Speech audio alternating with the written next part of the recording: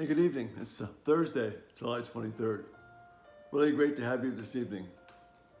I want to have one thought with you tonight for the Everynight thought. And it's a phrase from Psalm 34. And it's one we hear a lot. People have sung songs about it. But sadly, it's often out of the context of the beauty of this psalm. It's just a simple phrase. Taste and see that the Lord is good. Taste and see that the Lord is good. It's an invitation to see God's goodness and God's grace.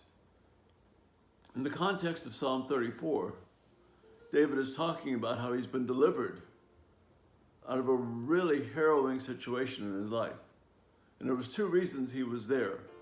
One reason was because of King Saul, who was dishonoring to David, even though David had helped him. And David had to run and flee for his life. But while he's fleeing from Saul, he then walks into a situation of his own making, because he decides to run to the Philistine capital, people that he'd been harassing and attacking. And for some reason, he thought he would be safe there because it wasn't Saul. But as he quickly finds out, he walks into this city of Gath, which was Goliath's hometown, carrying Goliath's sword. Not a really good idea. And so he realizes he's really made a really dumb mistake, so he acts all kind of crazy.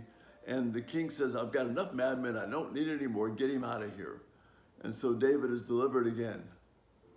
And David is humble enough before God and says, wow, God has cared for me.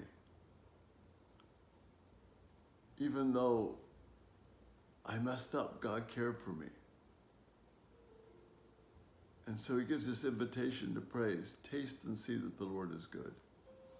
It doesn't mean everything is going great. It means that you know that God cares for us.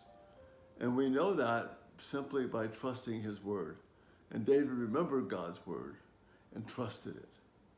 So when you hear the phrase, taste and see that the Lord is good, it means to take God at his word.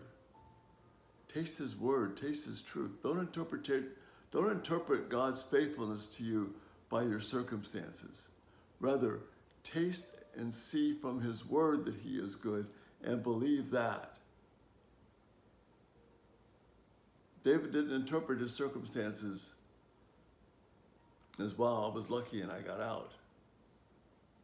He rather interpreted his circumstances in light of the truth of God, and he saw God was faithful to him.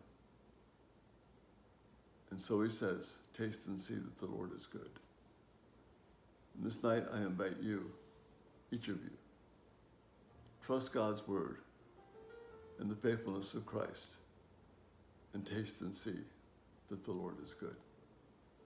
Rest well, and we'll see you in the morning. Good night.